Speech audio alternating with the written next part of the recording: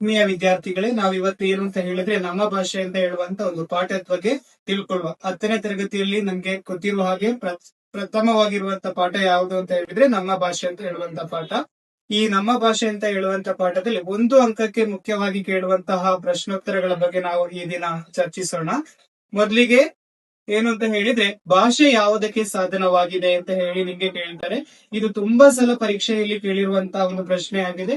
ಹಾಗೂ ಭಾಷೆ ಯಾವುದಕ್ಕೆ ಸಾಧನವಾಗಿದೆ ಅಂತ ಹೇಳಿ ನಾವು ತಿಳ್ಕೊಂಡ್ರೆ, ಭಾಷೆ ನಮ್ಮ ಸುತ್ತಮುತ್ತಲಿನವರೊಡನೆ ವ್ಯವಹರಿಸುವುದಕ್ಕೆ ಹಾಗೂ ವಿಚಾರ ವಿನಿಮಯ ಮಾಡುವುದಕ್ಕೆ ಭಾಷೆ ಒಂದು ಅಮೂಲ್ಯವಾದಂತಹ ಸಾಧನ.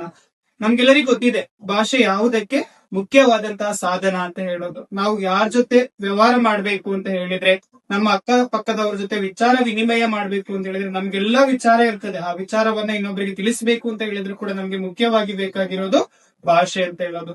ಹಾಗೆ ನಿಮ್ಗೆ ಈ ಒಂದು ಪ್ರಶ್ನೆಯನ್ನ ತುಂಬಾ ಸಲ ಕೇಳಿದರೆ ಹಾಗೂ ಈ ಸಲ ಕೂಡ ಕೇಳುವಂತಹ ಒಂದು ಚಾನ್ಸಸ್ ಕೂಡ ಇದೆ. ಭಾಷೆ ಯಾವುದಕ್ಕೆ ಸಾಧನವಾಗಿದೆ? ಭಾಷೆ ಸುತ್ತಮುತ್ತಲಿನವರೊಡನೆ ವ್ಯವಹರಿಸುವುದಕ್ಕೆ ಹಾಗೂ ವಿಚಾರ ವಿನಿಮಯ ಮಾಡುವುದಕ್ಕೆ ಭಾಷೆ ಒಂದು ಅಮೂಲ್ಯ ಸಾಧನ ಅಂತ ಹೇಳೋದನ್ನ ನಾವು ಹೇಳ್ಬೋದು. ಹಾಗೆ ಮುಂದೆ ಕೇಳುವಂತ ಪ್ರಶ್ನೆ ಏನು ಅಂತ ಹೇಳಿದ್ರೆ, ಪ್ರಾಣಿಗಳು ತಮ್ಮ ಮಕ್ಕಳಿಗೆ ಯಾವ ವಿಚಾರವಾಗಿ ತರಬೇತು ನೀಡುತ್ತದೆ? Very important question. ತುಂಬಾ ಸಲ ಕೇಳಿರುವಂತ ಪ್ರಶ್ನೆ ಕೂಡ ಆಗಿದೆ. ಪ್ರಾಣಿಗಳು ತಮ್ಮ ಮಕ್ಕಳಿಗೆ ಯಾವ ವಿಚಾರವಾಗಿ ತರಬೇತು ಕೊಡುತ್ತದೆ? ತರಬೇತು ಅಂತ ಹೇಳಿದ್ರೆ ಇಲ್ಲಿ ಟ್ರೈನಿಂಗ್ ಕೊಡುವಂತದ್ದು. ಸೊ ಮಕ್ಕಳಿಗೆ ಮೊಲೆ ಉಡುವ ಎಲ್ಲಾ ಪ್ರಾಣಿಗಳು ಕೂಡ ಚಲನವಲನಗಳ ವಿಷಯವಾಗಿ ಹಾಗೂ ಆಹಾರ ವಿಹಾರಗಳ ವಿಚಾರವಾಗಿ ತಮ್ಮ ಮಕ್ಕಳಿಗೆ ಸಹಜವಾಗಿ ತರಬೇತಿಯನ್ನ ಕೊಡುತ್ತದೆ. ಎಲ್ಲಾ ಪ್ರಾಣಿಗಳು ಕೂಡ ಒಂದು ತರಬೇತಿ ಕೊಡುವಂತದ್ದು. ಹಾಗೆಯೇ ಇಲ್ಲಿ ಹೇಗೆ ಅಂತ ಹೇಳಿದ್ರೆ, ಮೊಲೆ ಉಡುವಂತಹ ಎಲ್ಲಾ ಪ್ರಾಣಿಗಳು ತಮ್ಮ ಚಲನವಲನಗಳ ವಿಷಯವಾಗಿ ಹೇಗೆ ಚಲನೆಯನ್ನ ಮಾಡಬೇಕು ಅಂತ ಹೇಳುವಂತದ್ದು, ಹಾಗೆ ಆಹಾರ ವಿಹಾರಗಳ ವಿಚಾರವಾಗಿ ತಮ್ಮ ಮಕ್ಕಳಿಗೆ ಸಹಜವಾಗಿ ತರಬೇತು ಕೊಡುತ್ತದೆ ಅಂತ ಹೇಳುವಂತದ್ದು ಈ ಪ್ರಶ್ನೆಗೆ ಒಂದು ಉತ್ತರ. ಇದು ಕೂಡ 1 ಅಂಕಕ್ಕೆ ಕೇಳುವಂತ ಪ್ರಶ್ನೆ. ಹಾಗೆಯೇ ತುಂಬಾ ಮಾಡೆಲ್ ಪೇಪರ್ ಅಲ್ಲಿ ರಿಪೀಟ್ ಆಗಿರ್ತಕ್ಕಂತ ಇನ್ನೊಂದು ಪ್ರಶ್ನೆ ಯಾವುದು ಅಂತ ಹೇಳಿದ್ರೆ, ಮನುಷ್ಯನಿಗೆ ಲೆಕ್ಕ ಬಿಡುವ ಅವಶ್ಯಕತೆ ಯಾವಾಗ ಉಂಟಾಯಿತು? ನಾವೆಲ್ಲ ಮನುಷ್ಯರು, ನಮ್ಗೆ ಲೆಕ್ಕ ಇಡುವ ಅವಶ್ಯಕತೆ ಯಾವಾಗ ಉಂಟಾಯಿತು ಅಂತ ಹೇಳುವಂತ ಪ್ರಶ್ನೆಯನ್ನ ಕೇಳ್ತಾರೆ.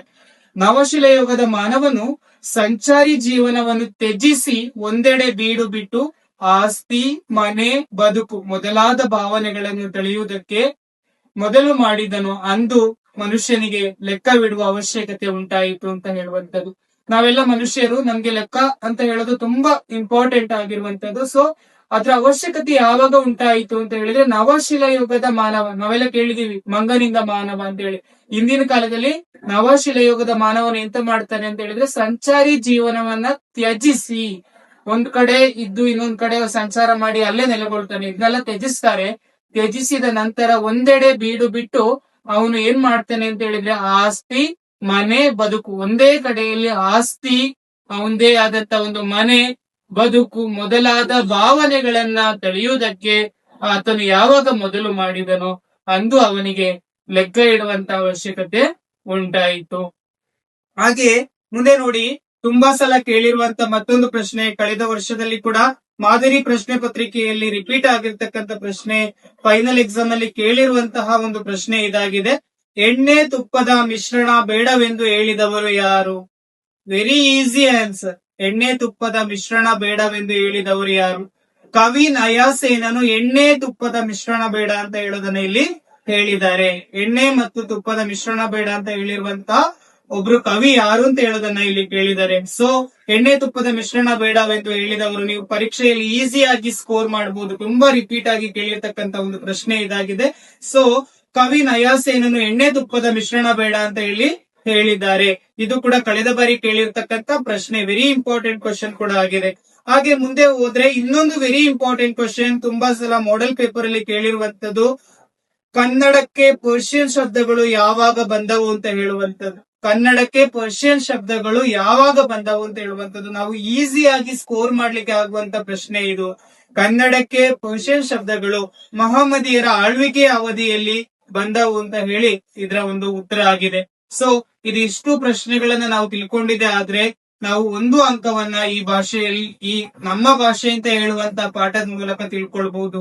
ಪಡ್ಕೊಳ್ಳಕ್ಕೂ ಕೂಡ ವೆರಿ ಈಸಿ ಆಗಿದೆ ಅಂತ ಹೇಳೋದನ್ನ ನನಗೆ ಈ ಒಂದು ವಿಡಿಯೋದ ಮೂಲಕ ತಿಳಿಸ್ತಾ ಇದ್ದೀನಿ. ಧನ್ಯವಾದ.